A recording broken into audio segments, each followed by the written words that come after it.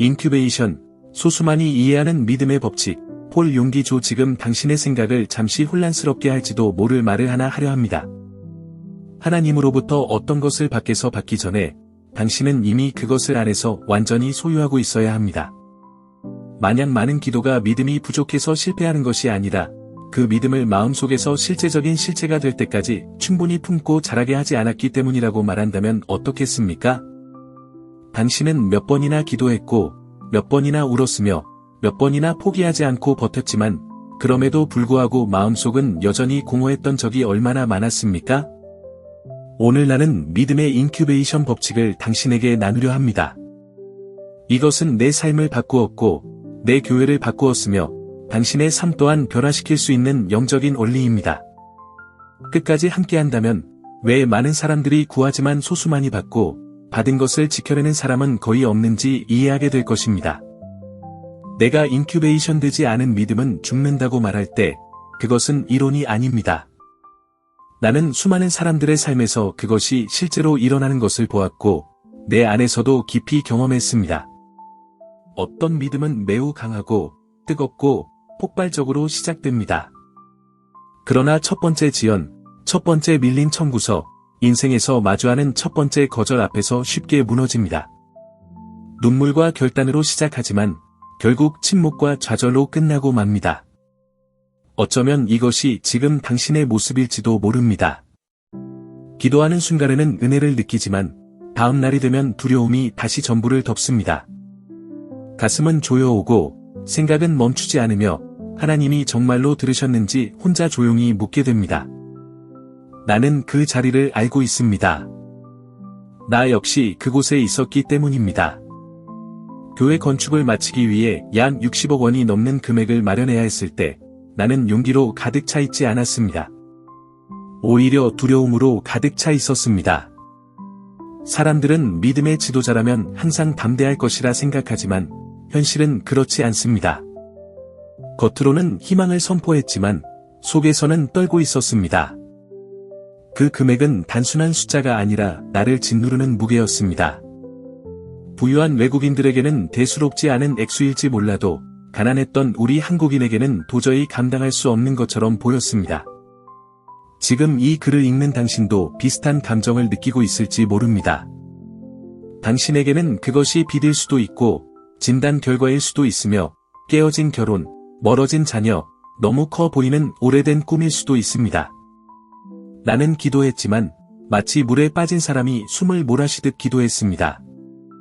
그 기도 안에는 쉼이 없었고 평안도 없었으며 오직 절박함만 있었습니다. 이런 모습은 생각보다 훨씬 흔합니다. 대부분의 사람들은 믿음에서 기도하기보다 두려움에서 기도합니다. 하나님께 말하면서도 머릿속에서는 계속 불안과 대화를 나눕니다. 몸은 지쳐 침대에 누웠지만 생각은 멈추지 않은 채 같은 문제를 수없이 반복한 적이 얼마나 많습니까? 이것은 영성이 부족해서가 아니라 안전함 없이 살아남으려는 영혼의 몸부림입니다. 나는 여러 달 동안 밤을 새우며 지냈습니다. 때로는 침대에서 나와 집 한구석에서 소리 없이 울었고 때로는 아무 생각도 할 수 없을 만큼 그 문제에 사로잡혀 서 있었습니다. 아내는 내가 제정신이 아닌 것 같다고 느꼈지만 사실 나는 내면의 시력을 잃고 있었을 뿐이었습니다. 나는 산만 볼 수 있었고 그 산보다 크신 하나님은 보지 못했습니다. 여기서 반드시 이해해야 할 것이 있습니다. 문제가 마음을 가득 채우고 있는 동안에는 믿음이 자랄 수 없습니다. 믿음은 시간과 침묵, 그리고 끈질긴 지속 속에서 자라납니다. 오늘날 과학도 영적 세계가 오래전부터 알고 있던 사실을 확인해 줍니다. 사람이 끊임없는 불안과 위협 속에 살면 뇌는 생존 모드로 들어갑니다. 두려움이 주도권을 잡고 창의력은 줄어들며 희망은 움츠러듭니다. 그래서 많은 사람들이 기적 직전에 포기합니다. 하나님이 실패한 것이 아니라 그들의 믿음이 감정의 단계에 머물러 확신으로 자라지 못했기 때문입니다. 느끼기는 했지만 그것을 확실함이 될 때까지 품지 않았던 것입니다. 당신도 이런 경험을 여러 번 했을지 모릅니다. 어떤 결단이나 기도, 계획을 열정으로 시작합니다. 처음에는 모든 것이 가능해 보입니다. 그러나 시간이 지나도 외적인 변화가 없으면 스스로에게 묻게 됩니다. 내가 시간을 낭비하고 있는 것은 아닐까? 다른 사람들에게는 되는데 왜 나에게는 안 될까? 그러다 어느 순간 기대하며 드리던 기도가 의무가 되어 버립니다. 바로 그때 믿음은 서서히 식기 시작합니다. 한순간에 사라지는 것이 아니라 산소가 부족한 불꽃처럼 조금씩 꺼져갑니다. 나는 진짜 믿음이 예배 중에 느끼는 감정이 아니라 혼자 있고 지쳐있으며 답이 없을 때에도 남아있는 것임을 배웠습니다.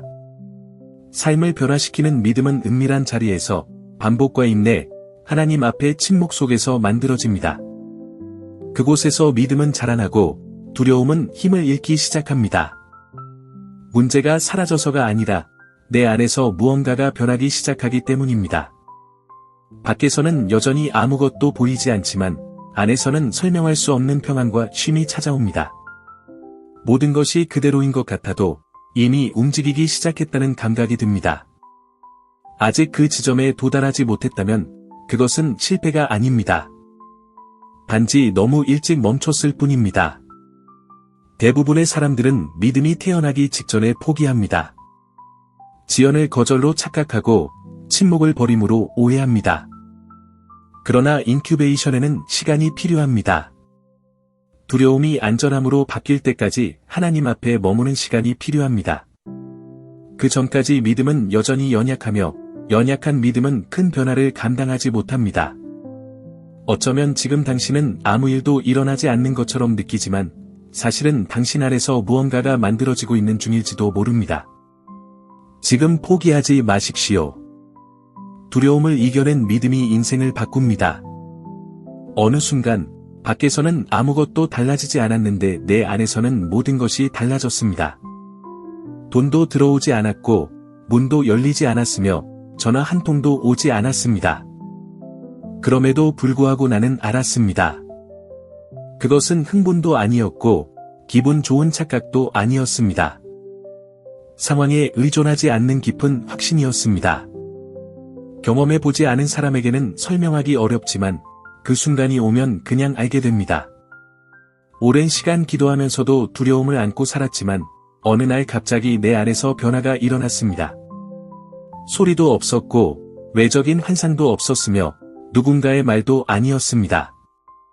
가슴을 짓누르던 무게가 사라지고 조용한 확신이 그 자리를 대신했습니다. 내가 그렇게 간절히 구하던 것이 이미 내 것이 되었다는 느낌이었습니다. 돈이나 통장 숫자의 형태가 아니라 내면의 실체로 말입니다. 이전에는 산처럼 느껴지던 것이 이제는 내 안에 들어와 더 이상 나를 두렵게 하지 않았습니다.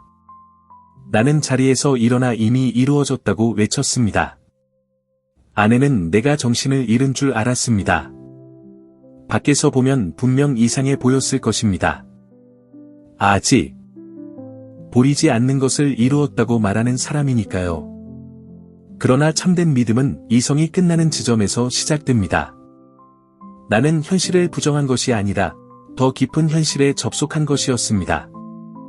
그 모든 것은 이미 내 안에서 자라고 있었고 더 이상 절박함 대신 감사가 기도 속에 자리 잡았습니다. 많은 사람들은 이 지점에 도달하지 못합니다. 기도는 하지만 불안은 내려놓지 못하고 구하지만 쉼을 누리지 못합니다. 과정의 침묵을 견디지 못해 즉각적인 답을 원합니다. 그래서 마음이 늘 지쳐 있습니다. 내면의 통제감과 안전함이 없는 사람일수록 불안과 감정적 소모가 크다는 연구 결과도 있습니다. 인큐베이션된 믿음은 그 반대의 일을 합니다. 먼저 안을 정리한 뒤 밖을 변화시킵니다. 이 내면의 실체를 얻으면 삶의 태도가 달라집니다. 문제는 여전히 있지만 더 이상 지배당하지 않습니다. 장애물은 보이지만 공포에 휩싸이지 않습니다. 잠이 깊어지고 생각은 명료해지며 같은 상황에도 다른 반응을 하게 됩니다. 이것은 공허한 신비주의가 아니라 내적 안정이 만들어내는 결과입니다. 믿음은 절박한 요청에서 깊은 쉼으로 바뀝니다. 어쩌면 당신은 믿음을 단순히 잘 될 것이라 생각하는 것 정도로 여길지도 모릅니다. 그러나 그것은 충분하지 않습니다. 삶을 바꾸는 믿음은 결과가 나타나기 전에 이미 확신이 되는 믿음입니다. 아무에게도 설명하지 않아도 마음속으로 이미 이루어졌다고 말할 수 있는 상태입니다. 억지로 만드는 것이 아니라 하나님 앞에 충분히 머문 뒤 자연스럽게 태어나는 것입니다. 이 확신이 오면 더 이상 외적인 신호에 의존하지 않습니다. 사람들의 평가나 좋은 소식에 평안이 좌우되지 않습니다. 내면에서 무언가가 주도권을 잡습니다. 그때 믿음은 더 이상 약하지 않으며 큰 변화를 감당할 힘을 갖게 됩니다. 안에서 만들어진 것은 반드시 밖으로 나타나기 때문입니다. 아직 불안하다면 자책하지 마십시오. 과정이 끝나지 않았을 뿐입니다. 계속 머무르십시오. 실체가 올 때까지 기도하십시오. 그러면 더 이상 하나님이 들으셨는지 묻지 않고 이미 받은 사람처럼 살게 될 것입니다. 믿음의 삶에는 내면의 침묵이 말로 깨져야 하는 결정적인 순간이 있습니다. 많은 사람들이 바로 여기서 멈춥니다. 마음으로는 믿지만 말하기를 거부합니다. 평가와 비웃음을 두려워하기 때문입니다. 그러나 선포되지 않은 믿음은 결국 숨이 막혀 사라집니다. 하나님은 내게 분명히 가르쳐 주셨습니다. 말할 용기가 없는 것은 아직 진정으로 소유한 것이 아닙니다. 믿음이 생각에만 머무르면 아무것도 만들어지지 않습니다. 말씀은 마음에서 자란 것을 형태로 만듭니다. 태초부터 그러했습니다. 하나님이 말씀하시자 우주가 만들어졌습니다. 말씀이 없이는 나타남도 없습니다. 아브라함을 보십시오. 그는 이미 약속을 받았고 오랜 시간 그 비전을 품었지만 하나님은 그의 이름을 바꾸라고 하셨습니다. 많은 민족의 아버지라는 이름으로 말입니다. 자녀도 없는 노인이 매일 그렇게 불리는 상황을 상상해 보십시오. 사람들은 웃었고 수군거렸습니다. 바로 그 지점에서 많은 이들이 포기합니다. 하나님의 순종보다 사람들의 시선을 선택합니다. 어쩌면 당신도 그렇습니다. 삶이 바뀔 수 있다고 믿으면서도 말하지는 못합니다. 누군가 안부를 물으면 문제와 위기만을 말합니다. 계속 살고 싶지 않은 현실을 스스로 강화하고 있는 것입니다. 반복해서 말하는 것이 믿음과 감정을 만들고 선택까지 바꾼다는 연구는 이를 뒷받침합니다. 영적인 세계에서는 그 영향이 더욱 큽니다. 말은 묘사하는 것을 넘어 창조합니다. 이미 된 것처럼 말하는 것은 현실을 부정하는 것이 아니라 어떤 현실을 선택할지 결정하는 것입니다. 아직 밖에서는 보이지 않아도 하나님이 이미 안에 두신 것을 말로 맞추는 일에는 용기가 필요합니다. 이상해 보일 용기, 설명하지 않을 용기, 변화가 없어 보여도 계속 말할 용기 말입니다. 말했다가 이루어지지 않으면 어떡하느냐는 질문은 믿음의 부족이 아니라 창피에 대한 두려움입니다. 참된 믿음은 사람을 감동시키려 말하지 않고 하나님과 협력하기 위해 말합니다. 아브라함과 사라는 아무도 믿지 않을 때에도 약속에 맞추어 말했고 말한 그대로 이루어졌습니다. 지금 당신에게 필요한 것은 기도를 늘리는 것이 아니라 말하는 내용을 바꾸는 것일지도 모릅니다. 아무도 듣지 않을 때 당신은 무엇을 말합니까? 위기를 말합니까? 약속을 말합니까? 입은 마음의 주인을 드러냅니다. 말이 의심에 사로잡혀 있는 한 믿음은 제한될 수밖에 없습니다. 기다리는 사람처럼 말할지, 이미 받은 사람처럼 말할지 선택해야 할 순간이 옵니다. 이 선택이 모든 것을 바꿉니다. 말이 인큐베이션된 믿음과 일치할 때, 믿음은 내면을 넘어 현실 속에서 움직이기 시작합니다. 사람들이 이해하지 못해도, 웃어도, 의심해도 계속 말하십시오. 결과를 결정하는 것은 바깥의 소리가 아니라 하나님이 이미 안에서 만드신 것과 일치한 당신의 말입니다. 마침내 믿음은 마음과 말에만 머물 수 없습니다. 움직여야 합니다. 여기서 두려움은 실패에 대한 공포로 바뀝니다. 한 걸음을 내디뎠는데 아무 일도 일어나지 않을까 하는 두려움입니다. 많은 이들이 여기서 멈춥니다. 행동하지 않는 믿음은 결국 아름다운 개념으로만 남습니다. 나는 이 교훈을 잊을 수 없는 방식으로 배웠습니다. 호주에서 열린 집회였고 약 1,500명 정도가 모인 작은 장소였습니다. 바로 앞에 심하게 몸이 굽은 휠체어에 앉은 여성이 있었습니다. 설교하는 동안 그를 바라보는 것이 두려웠습니다.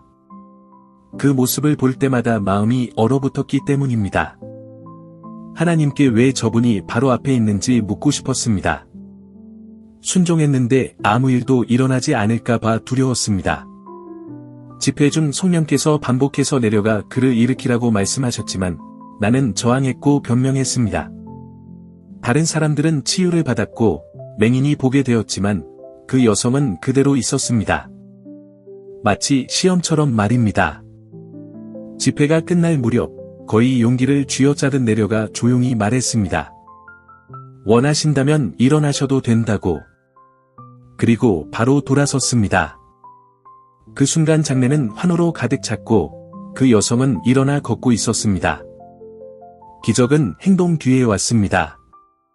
표적은 믿음 앞에 가지 않고 믿음을 따릅니다. 나는 믿음이나 치유의 은사가 있는지 스스로 많이 돌아봤지만 인정할 수 있는 것은 담대함 뿐이었습니다. 두려움이 있어도 움직이는 용기 말입니다. 은사는 성령께 속해 있고 순종할 때 나타납니다. 그래서 이것은 자유를 줍니다. 특별할 필요도, 완벽할 필요도, 완전한 확신을 느낄 필요도 없습니다. 그저 나아가면 됩니다.